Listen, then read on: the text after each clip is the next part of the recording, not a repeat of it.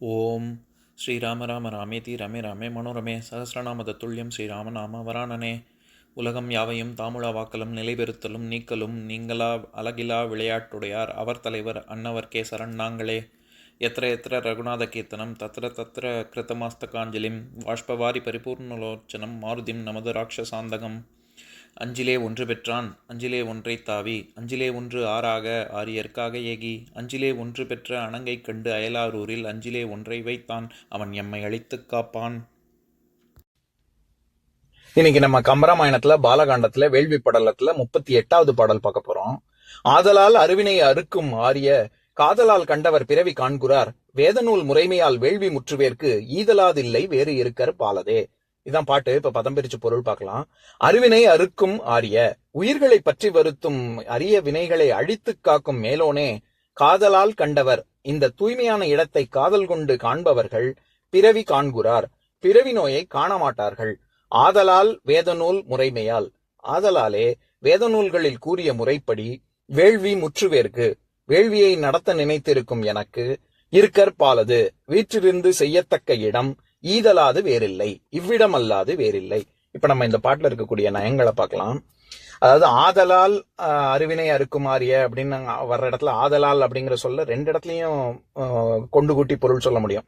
நம்ம இப்ப படிச்ச இது பதம் பிரிச்சு பொருள் பார்க்கும் பொழுது காதலால் கண்டவர் பிறவி காண்குறார் ஆதலால் வேதநூல் முறைமையால் வேள்வி முற்றுவேற்கு அப்படின்னு பார்த்தோம்ல.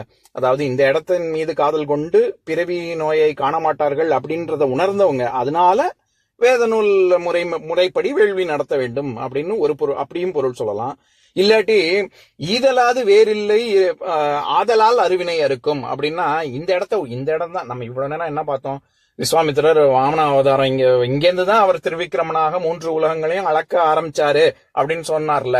இந்த இடத்த விட்டா வேற இடம் இல்ல, அதனால இங்கதான் அருவினை அறுக்கப்படும், இது ரொம்ப இருவினைகளும் இங்கேருந்து தான் நீக்கப்பெறும் அப்படின்னு அப்படியும் பொருள் கொள்ளலாம். இப்ப நம்ம பொதுவா சொல்லுவோம்ல, அதாவது இப்ப நான் நல்லா பரீட்சைக்கு படிச்சேன் அதனால பரீட்சைக்கு என்னால தேர்வு இது நல்லா பண்ணினேன் பரீட்சையில அப்படின்னு சொல்லலாம்.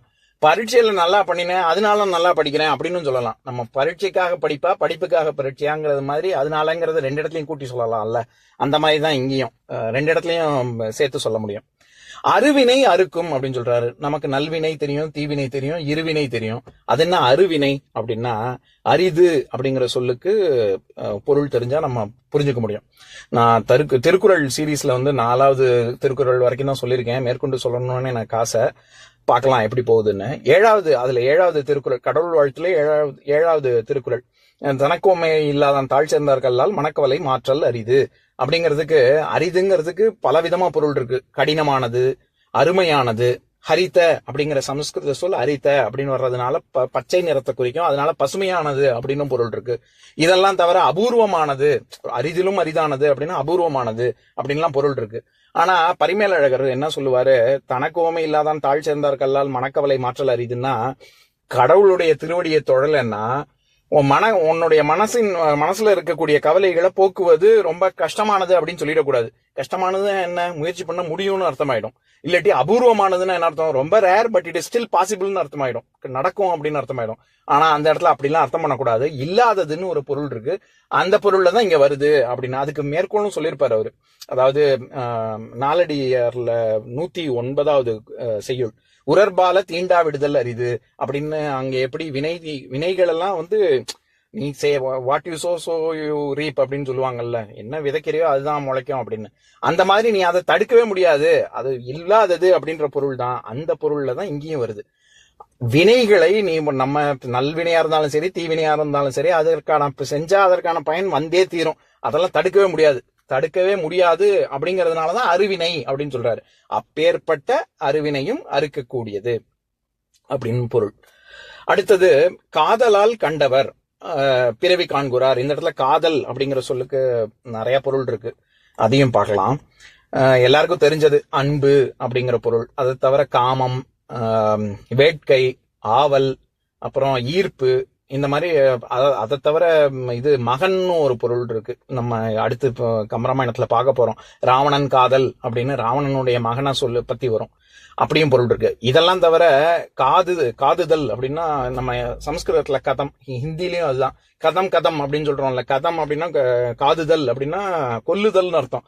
அதனால காதல்னா கொல்லுதல்னு ஒரு பொருள் இருக்கு.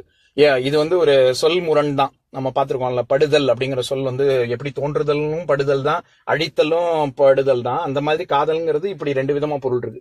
இதெல்லாம் தவிர பக்தின்னு ஒரு பொருள் இருக்கு. அந்த அர்த்தத்துலதான் இங்க வருது. இப்ப இது திருமாலை பாசுரம் 4000 திவ்ய பிரபந்தத்துல 897வது பாடல். ரொம்ப ஸ்லேடையா சொல்லுவாங்க, திருமாலை அறியாதார் அப்படின்னு. அதாவது திருமாலை பாசுரம் அதை பத்தி தெரியாதவங்க இது விஷ்ணுவை தெரிஞ்சுக்க முடியாது அப்படின்னு அவ்வளவு பெருமையா சொல்லுவாங்க. அதுல உள்ள ஒரு 26வது பாசுரம், அதை படிக்கிறேன் கேளுங்க. போதெல்லாம் போது கொண்டு உன் பொன்னடி புனைய மாட்டேன், தீதிலா மொழிகள் கொண்டு உன் திருக்குணம் செப்ப மாட்டேன், காதலால் நெஞ்சமன்பு கலந்திலேன் அது தன்னாலே ஏதிலேன் அரங்கற்கு எல்லே என் செய்வான் தோன்றினேனே அப்படிங்கிற பாடல்ல காதலால் நெஞ்சம் அன்பு கலந்திலேன் அப்படின்னு வர்ற இடத்துல காதல் எப்படி பக்தியை குறிக்குதோ அந்த மாதிரிதான் இங்க காதலால் கண்டவர்னா இந்த இடத்தினுடைய மகிமை தெரிந்தவர்களுக்கு பக்தி பரவசம் தோன்றும், பிறவி காண்குறார், அவர்கள் இந்த பிறவி நோயை இனிமேல் காண மாட்டார்கள் அந்த பக்தி இருந்ததுன்னா அப்படின்னு கம்பர் சொல்ல வர்றார். அப்படிப்பட்ட இடம், அதனால ஈதலாது வேற இல்லை, இந்த இடத்த விட்டா வேற இல்லை அப்படின்னு சொல்ல வர்றாரு. ராமனை வந்து குறிப்பிடும் பொழுது என்ன சொல்றாரு, ஆரிய அப்படிங்கிறாரு. ஆரியன் அப்படின்னாலே மேலானவன் அப்படின்னு தான் பொருள். அதாவது ராமனுக்கு வந்து நம்ம ஏற்கனவே பார்த்திருக்கோம்ல, 16 குணங்களும் முழுவதுமாக பரிபூர்ணமாக பெற்றவன் அப்படிங்கறதுனாலதான் அவனை ராமச்சந்திரன்னே சொல்றோம். ராமச்சந்திரன், சூரிய குலத்துல பிறந்தவனுக்கு ஏன் சந்திரன் பேர் வச்சிருக்கோம், நம்ம ஏற்கனவே பார்த்ததுதான். அதாவது 16 குணங்கள், எப்படி சந்திரனுக்கு 16 கலைகள் இருக்கோ, கூறுகள் இருக்கோ, அந்த மாதிரி 16 குணங்கள் என்ன இருக்கணுமோ அப்படி அனைத்தும் முழுவதுமாக பெற்றவன் அப்படிங்கறதுனால மேலோன் அப்படிங்கிற பொருள். ராமச்சந்திரனுக்கு இன்னொரு விதமாகவும் பொருள் சொல்லுவாங்க. அதாவது சூரிய குலத்தில் இருந்தா கூட நிலவொளி போன்று குளிர்ந்த ஒரு ஒளியை கொடுக்கக்கூடியவன், கருணை கொண்டவன் அப்படியும் பொருள் சொல்லலாம். எதுக்கு சொல்ல வரேன், ஆரியன்கிற சொல்லுக்கு நேர் எதிர்ப்பதம் திராவிடன்ங்கிறது கிடையாது. இவங்க வந்து திராவிட கும்பல்லாம் தப்பா சொல்லுவாங்க. ஏன்னா திராவிடம் அப்படிங்கிற சொல்லுக்கே திரு வித்து, அதாவது நம்ம பெனின்சுலான்னு இங்கிலீஷ்ல சொல்றோம்ல, 3 திரு அப்படின்னாலே 3ன்னு அர்த்தம். வித்து 3 பக்கங்களும் கடலால் சூழப்பட்ட இடம் அப்படின்னு. அதனாலதான் பஞ்சதேசங்கள் குஜராத் வரைக்கும் அது திராவிடம் தான். எதுக்கு சொல்ல வரேன், ஆரியன்கிற சொல்லுக்கு நேர் எதிர்ப்பதம் பூரியன் அப்படிங்கிற சொல்லுதான். நம்ம வேற எங்கேயும் போக வேண்டாம். திருக்குறள்ல அருளுடைமை அப்படிங்கிற அதிகாரத்துல முதல் குறள், அதாவது திருக்குறள்ல 241வது குறள், அருட்செல்வம் செல்வத்துள் செல்வம் பொருட்செல்வம் பூரியார் கண்ணும் உள அப்படின்னு சொல்லியிருப்பாரு. அதுக்கு பரிமேலழகர் உரை சொல்லும் பொழுது என்ன சொல்லியிருப்பாரு, இருக்கிறதுலே சிறந்த செல்வம் அருள் தான். ஏன்னா பொருள் வந்து சுத்தமா நற்குணங்கள் எதுவுமே இல்லாதவன்ட்ட கூட அது இருக்கும். பூரியார் கண்ணுமுள்ள, ஆரியன்கிறதுக்கு பூரியன் பூரியார் இது ரெண்டுமே குணமே இல்லாதவன் அப்படின்ற அர்த்தம். அதனாலதான் சமணர்கள் கூட அருகான் அப்படின்னு சொல்லுவாங்க அவங்களுடைய கடவுளை. அதாவது தமிழ்ல வந்து அருகன் அப்படின்னு அதை சொல்லுவோம். இந்த அருகன், அருகான், ஆரியன் எல்லாம் தொடர்புடைய சொற்கள் தான். எல்லாமே மேலானவன், ரொம்ப மிகச்சிறந்தவன், குணங்கள் பரிபூர்ணமாக உடையவன் அப்படிங்கிற பொருள் தான். இதுல வேத நூல் அப்படின்னு சொல்றது, வேதமும் நூலும் அப்படின்னு உண்மை தொகை அப்படியும் நம்ம பொருள் கொள்ள முடியும். இப்ப உண்மை தொகையில் நான் ஏற்கனவே சொல்லியிருக்கேன்ல, நன்னூல் நூற்பா 368வது, எண்ணல் எடுத்தல் முகத்தல் நீட்டல் எனும் 4 அவை அளவையுள் உம்மிலது அத்தொகை அப்படின்னு. அதாவது எனக்கு 1.25, இப்ப 1.25 அப்படின்னு சொல்றோம்ல, அதுல 1 காலும் அப்படின்னு எண்ணல் அளவை வச்சு சொல்றோம். 2 பக்கமும் கூட்டி சொல்றோம்ல, அது எண்ணல் அளவை. தொடியும் காசும் எடுத்தல் அளவை. மரக்கால் படி அப்படின்னா மரக்காலும் படியும் அப்படின்னு முகத்தல் அளவை. அடி அங்குலம் அப்படிங்கிறது அடியும் அங்குலமும் நீட்டல் அளவை. இந்த மாதிரி இது வந்து எண்ணல் அளவையாகவும் சொல்ல முடியும். ஏன்னா வேதமும் நூல் பிற நூல்களும் ஆகமம் அப்படியும் வச்சுக்கலாம். ஏன்னா அதுல தானே வேள்வி எப்படி செய்யணும் அப்படிங்கிற முறைமையெல்லாம் சொல்லியிருக்கு. அதனால வேத நூல் முறைமையால் வேள்வி முற்றுவேற்கு அப்படின்னு சொல்ற இடத்துல வேதமும் நூலும் அப்படின்னு கூட்டி சொல்லலாம். வேள்வி முற்றுவேற்கு அப்படின்னா முற்றுவேன் என்று சொல்லும் எனக்கு. முற்றுவேன் அப்படின்னா முடித்து காண்பிப்பேன், அப்படி முடிக்கணும்னு நான் முனையறேன் நினைச்சிருக்கேன் அப்படின்னு அர்த்தம். முற்றுவேன் கூட்டல் கு, அது சேர்த்தது எனக்கு அப்படின்றது சேர்த்துதான் முற்றுவேற்கு. அதனாலதான் அதுல வந்து வல்லின ரகரம் வருது. நகரம் வந்து நகரமோ லகரமோ வந்து ரகரமாக மாறும். முற்றுவேன், அவர் வந்து நான் இந்த இடத்துல முடிக்கணும் அப்படின்னு நினைச்சிருக்காரு விஸ்வாமித்திரர். அதனால வேள்வி முற்றுவேற்கு அப்படின்னு வருது. இது வந்து வினையால் அணையும் பெயர். அதுவும் நம்ம ஏற்கனவே அடிக்கடி பார்க்கறது தான். ஒரு தமிழ்ல வினை சொற்களை 2 விதமா பிரிக்க முடியும். தொழிற்பெயர், வினையால் அணையும் பெயர் அப்படின்னு. தொழிற்பெயர் ஒரு வினையின் அடிப்படையை கொண்டு மாறக்கூடியது. காண்பது கண், எழுதுவது எழுத்து, சேர்வது சேர்மானம், சுடுவது சுடர், குதிப்பது குதிரை, இந்த மாதிரியா வர்றது.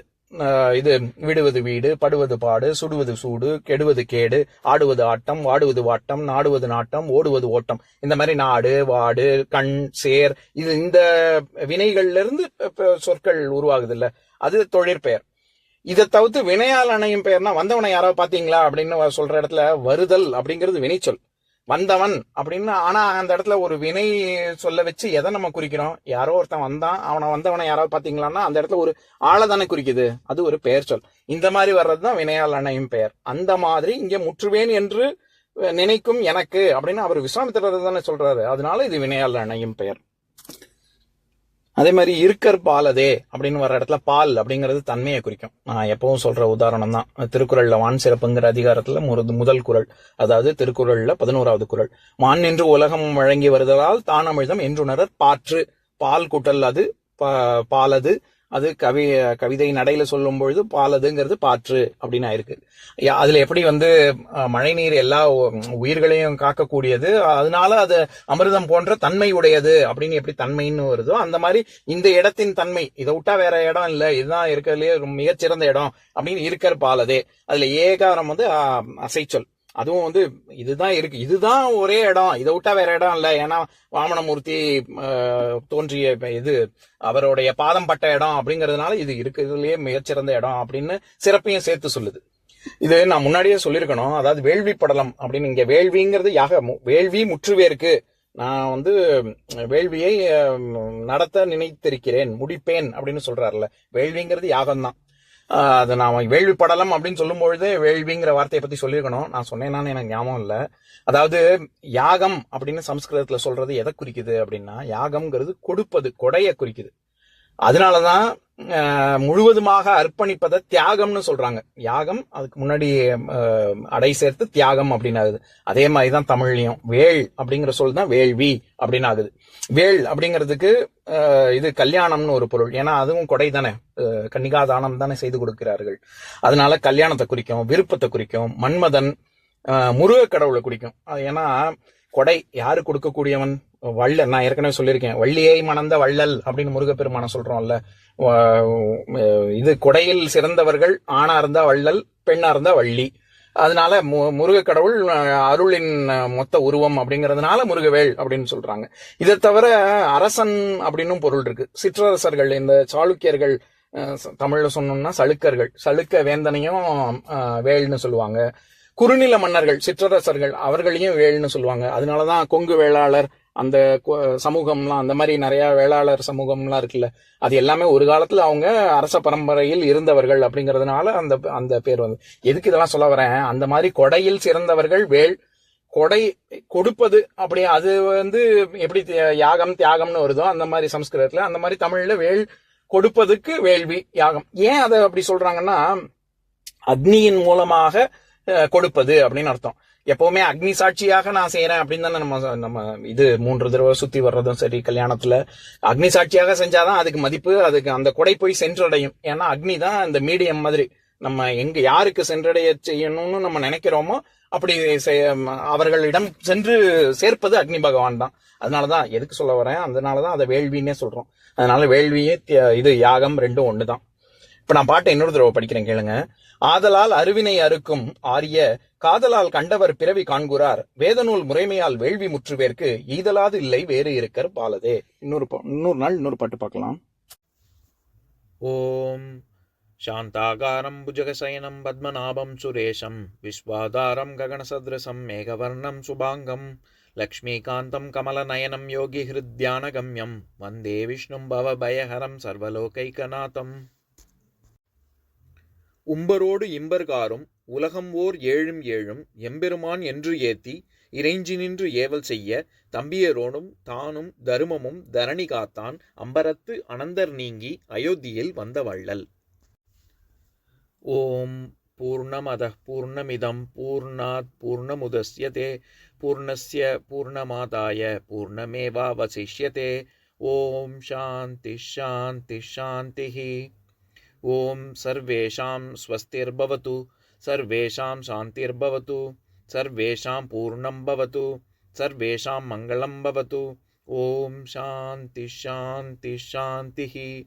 ॐ सर्वे भवन्तु सुखिनः, सर्वे सन्तु निरामयाः, सर्वे भद्राणि पश्यन्तु, मा कश्चित् दुःखभाग् भवेत्।